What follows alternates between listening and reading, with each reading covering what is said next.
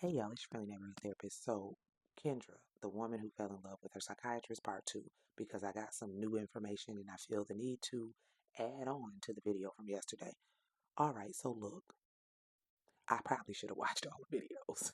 I really should have. I often say that you should never have a full opinion based off half the facts, but I feel like it didn't take me watching all the videos to say what I said in the previous video.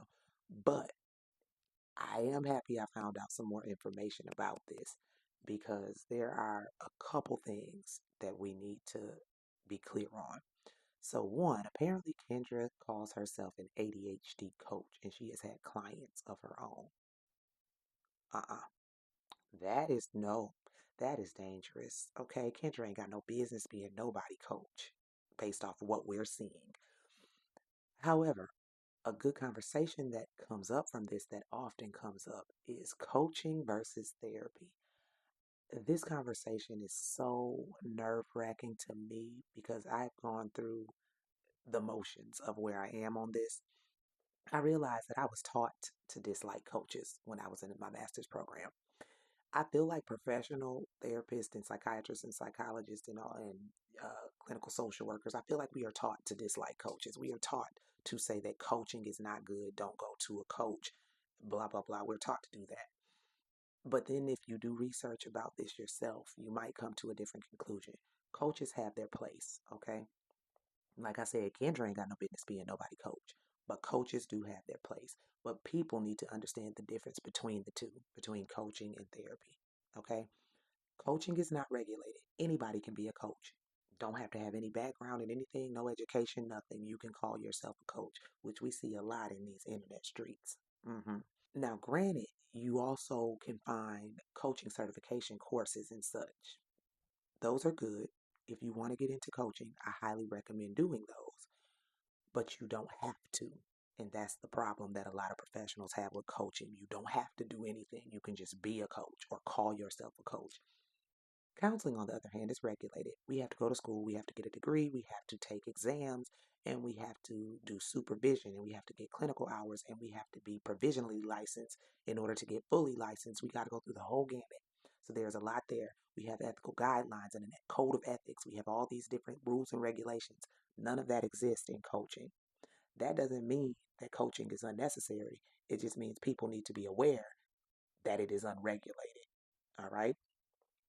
Now, again, as I said, it still has its place, but you don't go to coaching if you have mental health issues. If you are worrying about a diagnosis or wanting a diagnosis, you don't go to a coach. They cannot do that. Legally, they cannot do that. You go see a therapist. However, if you are not dealing with a mental health diagnosis or issue, and you are not trying to work on traumatic past situations and things like that, you might fare well going to a coach. If you're just trying to get your life together and figure out your future and set some goals or process how you operate in relationships or something like that, you can go to a coach. They can do that. They can handle that. All right. There also is the space of therapists who also offer coaching. I fall in that space. Don't think that this is the reason why I'm saying coaching is okay. It actually is. The more I researched it before I even started it, it actually is. But there are therapists who add coaching to their repertoire primarily because they want to expand their business. Okay? Because contrary to popular belief, a lot of us ain't out here making bank like that. And we got bills and we got school loans and all kind of stuff. And coaching helps us help more people because counseling, being a professional counselor, you are bound by where you are licensed. I can only be a therapist to people who live in Colorado. Now, could I get licensed in other states? Yes, but that costs money.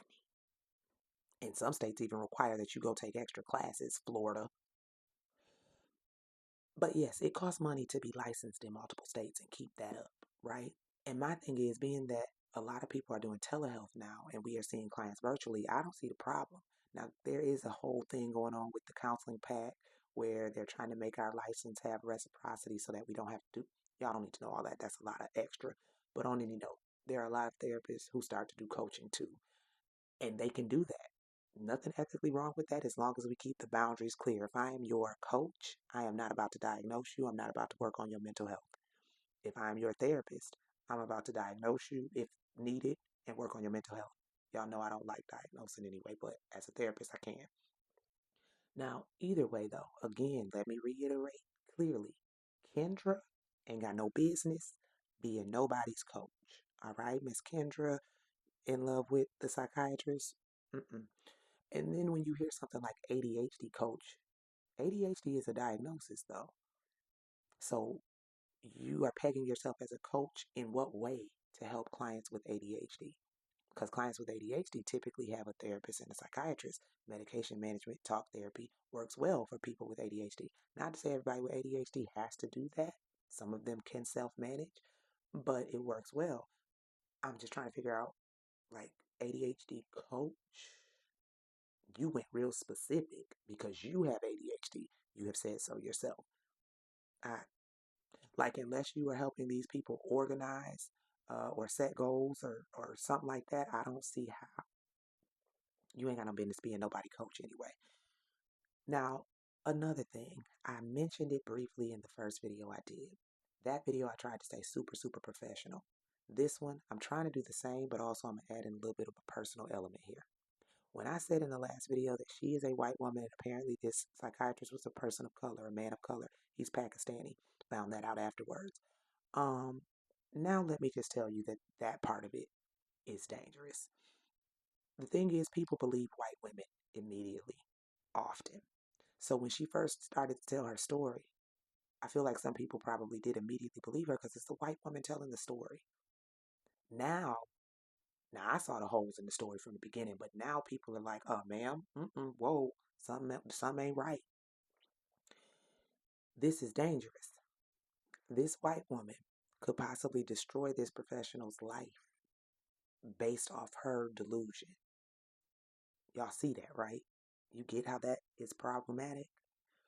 On any note, Kendra's clients have come out. Some of her clients have started to talk, and that's interesting too.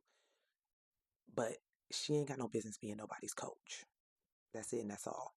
And then another element that I gotta make sure I bring up, y'all, did this woman really say that she is being advised by an AI coach or AI advisor named Henry? Y'all have got to stop using ChatGPT for therapy and things like that. Okay? AI has its place and its purpose, and it can be used for good. It's a lot of bad to it. Don't get me wrong. Environmentally, it's horrible, and we know this, and it has a lot of bad to it, but it does have its elements that are beneficial. However, please don't use it for therapy or anything like that. That's dangerous. There are people out here unaliving themselves because of what AI said to them. If you are already not mentally okay or stable, the last thing you want to do is listen to AI. All AI is going to do is affirm everything for you. It's not going to challenge you in any way. Like, you need real help, not AI. That is dangerous. So the fact that she is being advised by AI and she openly admitted that, yeah, let's not do that. Granted, I did think by now we would be flying around in cars like on the Jetsons. So I know that technology is going to continue to progress, but we have to be ready to admit that technology can also be very detrimental. And in this case, AI being your therapist or anything like that, your lawyer, dangerous. Okay, dangerous. Can you get surface level things from AI? Yeah, that's fine. But when you get into this deep stuff, dangerous. Okay, you're gonna cause harm. Don't do it. So yeah, that's all I wanted to make sure I added in. Um, she should not be anybody's coach. I'm gonna keep reiterating that. This is how you know that coaching is unregulated because there's no way she should be anybody's coach. This is why professionals get upset with the coaching field. Again, coaching has its place. I don't like the whole superiority attitude there of coaches are less than because they're not credentialed. I don't like that. They have their place.